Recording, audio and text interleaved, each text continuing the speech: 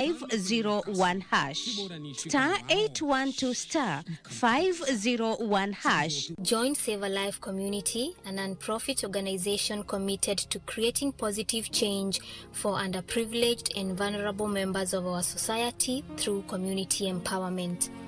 Our vision is to lead the way in driving transformational initiatives that uplift those in need. We have provided nourishment to more than 60,000 families, empowered over 4,000 young people through skill building programs, transformed over 1,000 street children into responsible citizens, facilitated complex surgeries for over 1,500 individuals, and provided minor surgeries for over 1,000 others who lacked the means to cover their medical expenses.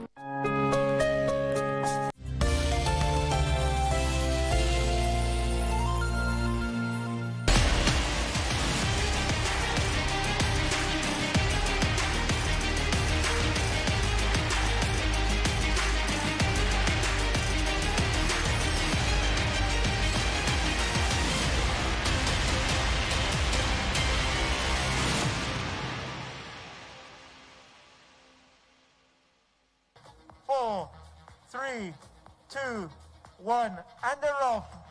Akif Barani. We are still on the road to the WRC Safari Rally Kenya. That is the 4th edition since it was reinstated back in the country. And Vasha, here we come with Akif Virani. Is one of the few drivers who are competing in WRC 2. That is with we have Kaltundo, we have Karan Patel, and the other one is Saman Bora. Yes, there are only 4. Imagine, we should have more entries, but he'll tell me all about it. But then back to you. Since the journey started back in 2021, how has it been for you? It has been difficult, but also a learning experience. So we've had good experience. We've also enjoyed it. It's also a privilege to be in a WRC. Not many people get that chance, and by God's grace, yeah, we are there. We're trying to do it again for the 4th time as well. Yeah. The first one, how was it for you? The second one, the third one, I'm sure you had a finish somewhere in between. We finished the first 2. The third one last year, we actually finished the stage, but at the end of the power stage, when we clocked in, we got our time, everything was fine, and then just drove 300 meters and we had no water in the radiator, so the car was overheating, so we couldn't just drive back to the service park to get our finish. That was it. So we were classified as a non-finisher just for that 20 kilometers normal drive. How sad. This is actually what you're talking about. I'm sure you have fixed the problem. We fixed it, but it was a similar hole to like what you see over there. Oh my. So yeah, it just let out all the water, yeah. You can imagine that happens a lot in the Safari Rally. That's why we call it the WRC grueling Safari Rally for Kenyans and for everybody around. But for you, I'm sure you know the route very well. Naivasha is always, you never know what to expect. Sometimes it's rainy, sometimes it's dry. So what are you looking for in the conditions and about the route? Some of them have been reversed this time around. So I think we're expecting maybe a slight weather change, like it'll probably be a lot warmer. And secondly, we hear it might even rain. So the conditions will change, and also with the reversing of the route, it means that terrain is also reversed because it's all graded in one direction from all these years, and driving it in the opposite direction means the grading is also slightly different, which means you might have more bumps than in the opposite direction, if you understand. So we're expecting some changes, but we'll have to just see how we go on the recce and see what we do. Few Kenyan entries, a lot of sponsorship problems with the local drivers. How is it turning out for you this time around? Oh, this time it's actually worse, because last year at least we had sponsors come on. This year we've approached a few companies, and last minute there's no decision. So we're still in limbo even right now, and so it is challenging because we have to commit either way with spare parts, technicians, engineers, support, also accommodation, fuel costs, tire costs. So it's an endless thing, and not having that certainty of some form of sponsorship does actually cause some problems. Luca, your chief mechanic, is actually behind. Yeah. What is he doing? Luca, how are you? What are you working on? I'm changing one part, electrical part, that have some problem, and nothing. Nothing special. Now we will demounting the car to make a revision of every parts, and then we will fit again for to be ready for start the competition of this year. What does it take to have a WRC2 car ready for competition? What does it take? So we must to take down all the transmission, all the suspension, to check everything, to rebuild what must to have to rebuild, and to clean everything, and to fix some sealing for the dust, and remounting, redo the setup, do again the setup, and checking that everything is okay, making a little bit test here, and nothing, and we will be ready. And you took it for a test drive. Let's go around and show us what a WRC2 car looks like for those who don't know. Just let's see. So this is, of course, the part of the co-driver that must to give the news of the street to the driver. Here, very different from a normal car, we have the handbrake that is hydraulic. It's here. Don't have a block. The gearbox, the gear level, that is sequential. So you move only up and down. Then everything is different from a normal car. Okay, the seat that the belts that are 5 point. Then we have suspension are completely different. It's a shock absorber. This one is upright, brake disc. Everything is with a very high performance, of course. People always say you retire with suspension problems. What happens? When you have a problem, if you can arrive to the service park, we will change the pieces that need to be changed. Mm-hmm. Otherwise, there is the Super Rally that you can come back to the service with the trucks. You have more time to fix the car, and you can start again in the morning. You have a penalty of some minutes, of 5 minutes every special stage that you don't finish. That is the restart. Yeah. Now let's talk about safety. I'm looking for the automatic fire extinguisher. Yeah, of course. The extinguisher, we have a bumble that is fixed on the car. That is this here. And another one, handily, that is in the front of the co-driver seats. The fixed one is commanded from the internal side, have a switch, or from outside here, that stop the electricity power, and at the same time start the extinguishing system. That we have the I don't know how to call in English.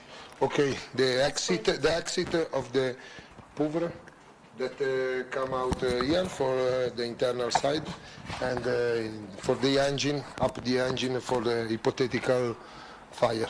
The car is almost ready. I'm sure we'll be ready for the WRC Safari Rally Kenya, for the WRC2 with the 3 other Kenyans, and we hope for the best. Thank you, and we hope for support from any local industry, local businesses that support local and drive local as well. Thank you very much. You have to be fit and ready, and for everything during the Safari Rally. In between you snack, I'm sure. Yeah, it's more about hydrating, but in fasting we don't eat anything. So right now I'm fasting today. I was fasting during the testing. It was difficult, but okay, I rehydrated, so I'm fine for now. But we'll see closer to the rally. Obviously, we have to go back to normal, to a bit of a normal routine, and we won't be able to fast. Yeah, so that we will make up for it. I'm sure you will, and Ramadan Kareem. Thank you very much. Thank you.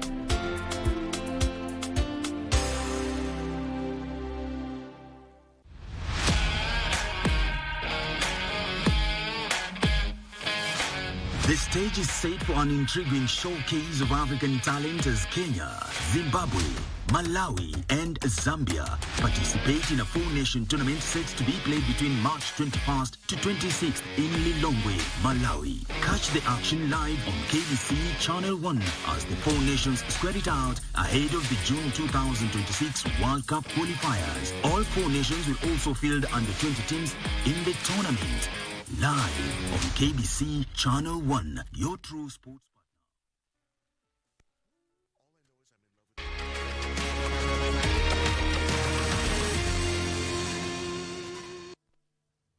kabisa. Mpenzi mtazamaji, kwa mara nyingine tena nakaribisha kwenye KBC Channel 1, ikiwa ni wakati ambapo tumekuwa tukikuahidi tukakwambia kwamba tutakuletea mechi kati ya Harambee Stars dhidi ya vijana wa timu ya Malawi ambao ndio wenyeji wa mashindano haya ambayo yanahusisha mataifa manne yakiwemo Malawi, Kenya, Zambia pamoja na Zimbabwe. Mechi ya kwanza imeisha, Zimbabwe wameweza kuwapiga Zambia magoli yakiwa ni 6-5 kupitia mikwaju ya penalti baada ya mechi ile kuishia sare ya 2-2. Na kwa sasa hivi naungana na jopo la wenzangu hapa. Namuita kaka nikikuita kaka usoma nam pamoja na mkufunzi wa timu ya Tusker Robert Matano ambaye yuko ndani ya nyumba pia, angalau tuweze kuzungumzia timu ya Harambee Stars ambayo inapiga dhidi ya Malawi muda usiokuwa mrefu, chini ya dakika pengine 13 hivi mechi ile itakuwa imeanza. Na pengine nikianza na kocha Robert Matano. Kikosi naona tayari kimekwisha toka. Tunaona Patrick Matasi anaanza kwenye michuma. Kuna wachezaji wa haiba juu ambao wameweza kujumuishwa kwenye kikosi hiki. Natumai kwamba pia nao umeweza kukiona kikosi chenyewe. Unachukuliaje kikosi ambacho Engine Firat ameweza kitaja ama ameweza kuweza kukitaja kuweza kukabiliana na timu ya Malawi? Kwa muda mrefu nimeona leo kuna squad nzuri. Ambapo ina mchanganyiko wa vijana na pia experience. Na pia talent aina tofauti. So naona hapa kuna experience Matasi, Umura pia Okumu iko pale, Olunga iko pale, Timbe iko pale. Na wazoefu. Na pengine ukiangalia kuna kile kiungo cha kati ambacho unaona mchezaji Anthony Akumu analetwa ndani katika mechi hii.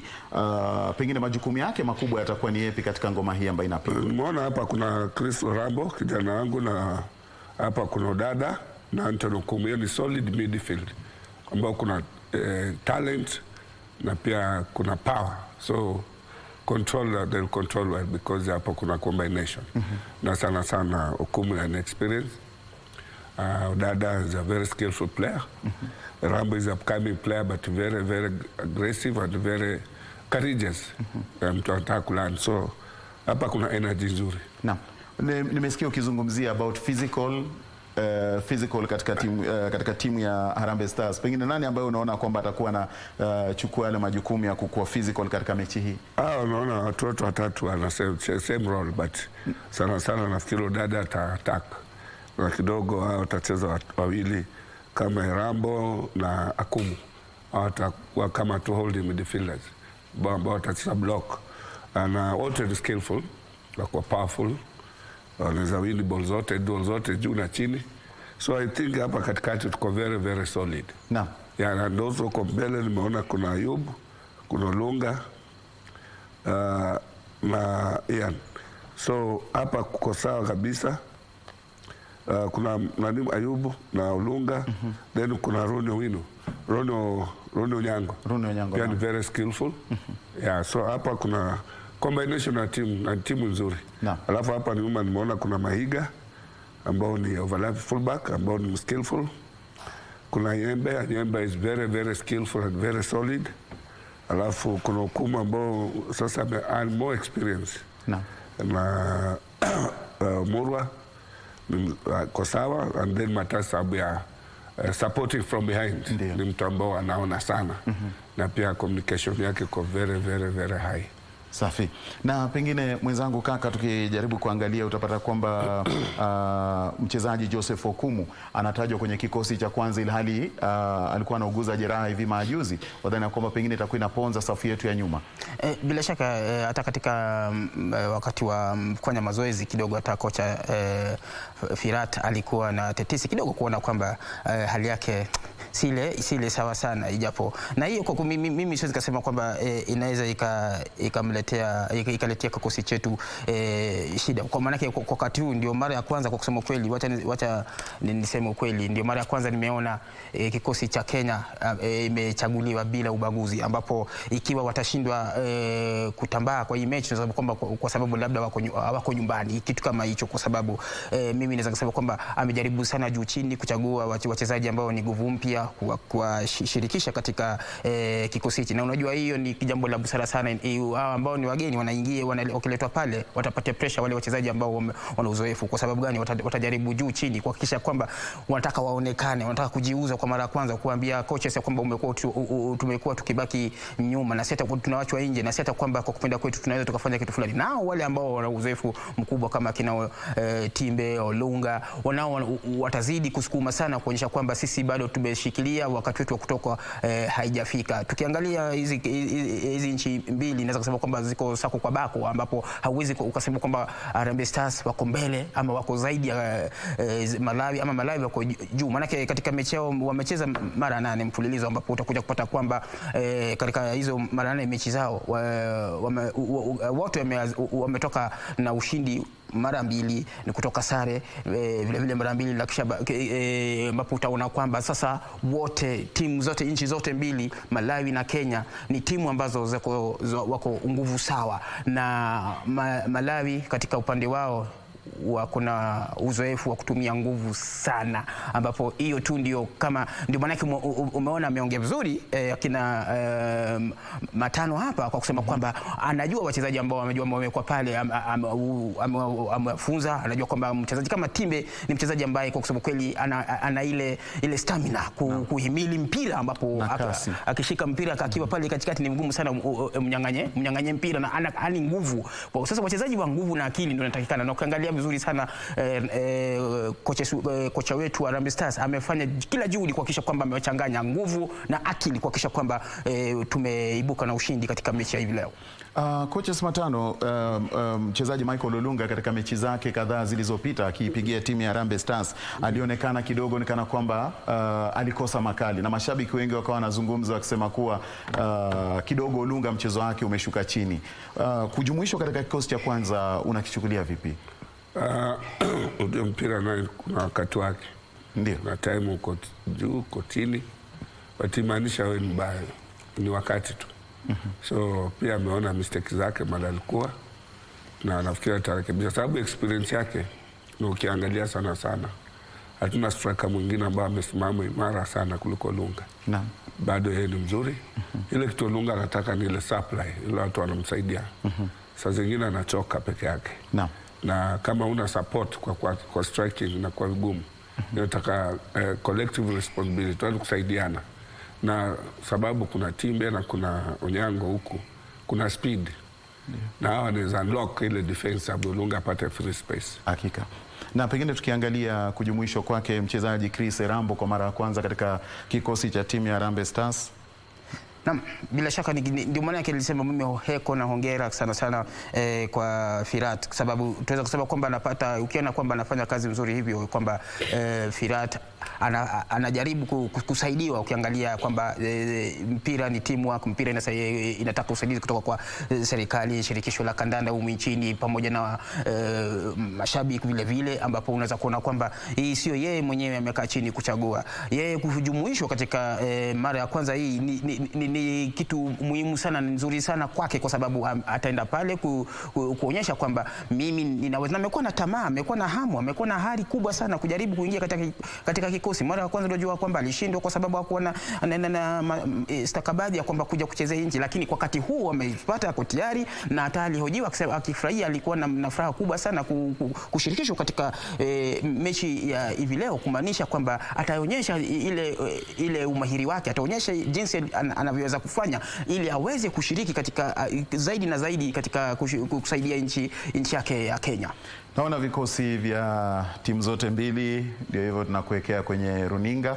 angalau uweze kuviangalia, kwa sababu kikosi cha Kenya hakika utaona kwamba ni Patrick Matasi anaanza kwenye michuma. Tuko na Otieno Omoru, alafu kuna Okumu Joseph, Anyembe Daniel, Maiga Vincent, Agei Okumu, Odada Richard, kuna Crispin Otieno, alafu kuna Onyango Runi, Ayub Timbe pamoja na Michael Olunga, wakiwa ndio wachezaji 11 bora upande wa timu ya Kenya. Malawi tuko na Munthali Brighton, kuna Sanudi Stanley, Chembezi Dennis, alafu kuna Balakasi Josefi, kuna Okedina Odesope, kuna Aaron Banenga, alafu kuna Idana Chimwemwe, kuna Mpinga Njira Dino, Saizi Robert, alafu Kaonga Chawanangwa na Mohango Gabadino. Hao ndio wachezaji 11 bora upande wa timu ya Malawi. Pengine tukiangalia, manake Harambee Stars wamepigwa mara 2, wao wakashinda Malawi mara 2, mechi zingine zote zikaishia sare. Chini ya mechi 8 ambazo wamecheza, tutarajie matokeo gani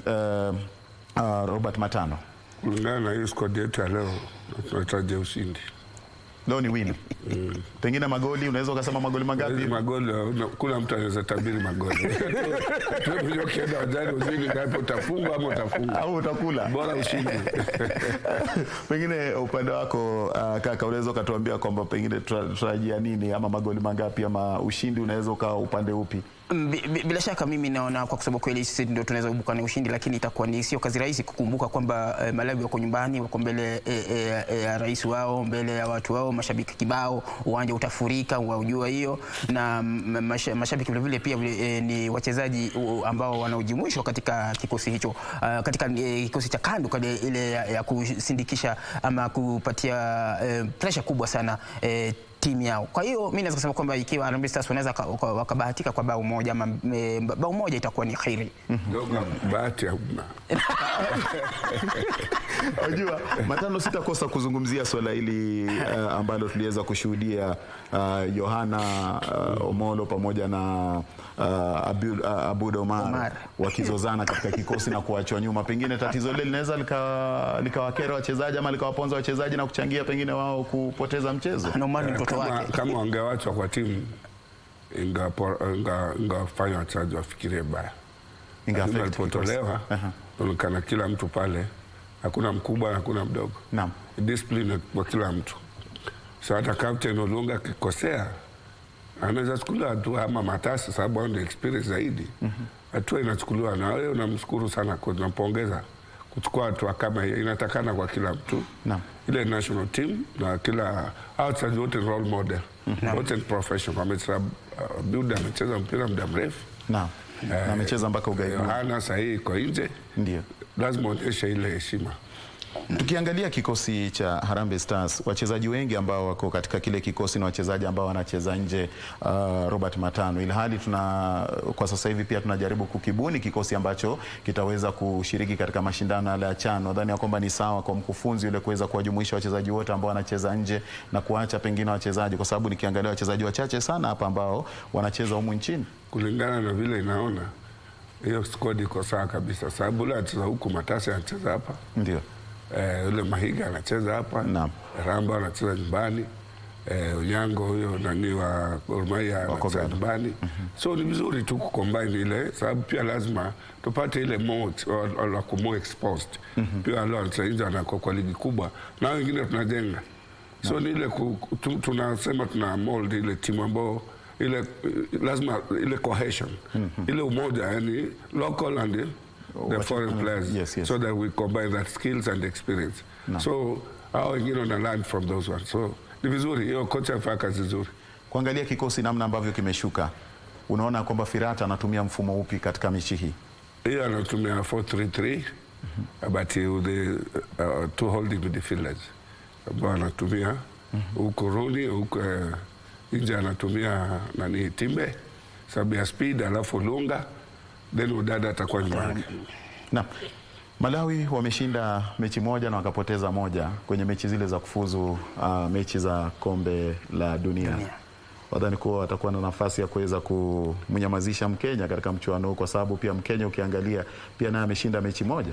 Mkenya kwa kusema kweli ana machungu, na Mkenya pia unajua kuna kitu anataka kuonyesha ulimwengu pamoja na mashabiki wao kutoka nyumbani, hususan mali wametoka, kwamba manake kikosi cha Kenya imekuwa ikishutumiwa sana na mashabiki kutoka hapa nchini kwamba nyinyi mbona mnafanya hivi. Unajua pia hao ni binadamu, na wanasema kwamba nyinyi tunataka tuwapatie kitu ambacho mtakuwa mnafurahikia. Kwa hiyo mimi sioni kama itakuwa rahisi sana kwa Malawi kumnyamazisha Mkenya, kwa sababu ukiona Firat, jambo la kwanza ile kitu naweza nikasema kwamba shukrani, hongera, manake Firat ni kocha kwa sababu kweli amekawia katika kikosi cha Kenya. Siwezi kusema kwamba kama zamani ilikuwa mwezi miwili ama mwezi mmoja ametumuliwa, kocha amekutimuliwa, ameenda. Sasa hizi Firat ameanza kusoma wachezaji wa Kenya wale ni wazuri. Unaona, manake unaona mchezaji kama KBC Odhiambo kutoka FC amemuita katika kikosi. Kuangalia Bandari, anaitana kutoka Bandari, Ominja Omar amemuita.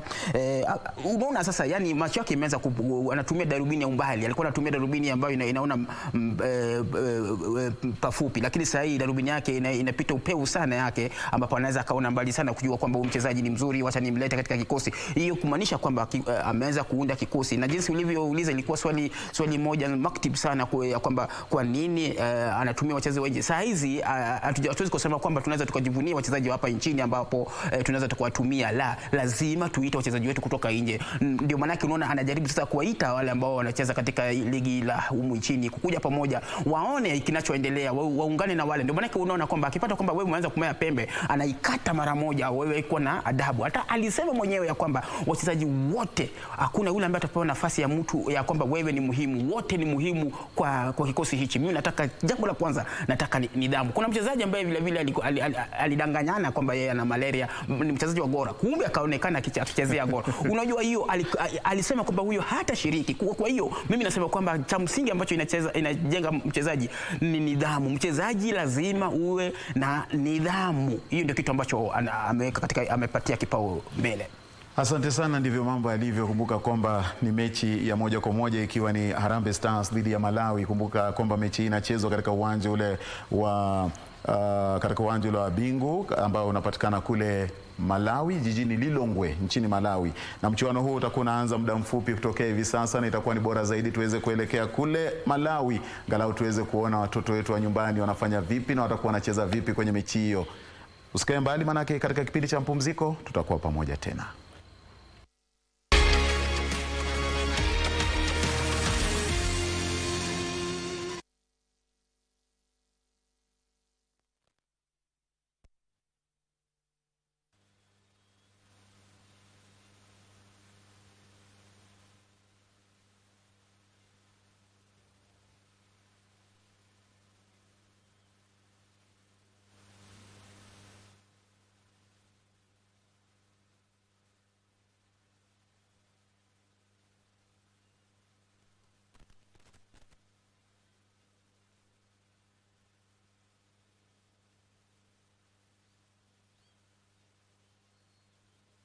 Asante sana kwa mara nyingine tena, nakaribisha katika mchuano huu ambao ni mchuano wa kufana sana baina ya timu ya Malawi dhidi ya Harambee Stars. Watoto wa nyumbani ambao walitoka humu nchini siku ya Alhamisi kuelekea kule Malawi kwa minajili ya kuweza kushiriki mechi hizi ambazo zinajumuisha mataifa manne yakiwemo Malawi, Harambee Stars ama Kenya pamoja na Zimbabwe na Zambia. Mechi ya kwanza ni kwamba vijana wa timu ya Zambia wamepigwa na Zimbabwe magoli 6-5 kwenye mechi hiyo ambayo imeweza kukamilika muda mfupi uliopita, na ni kwamba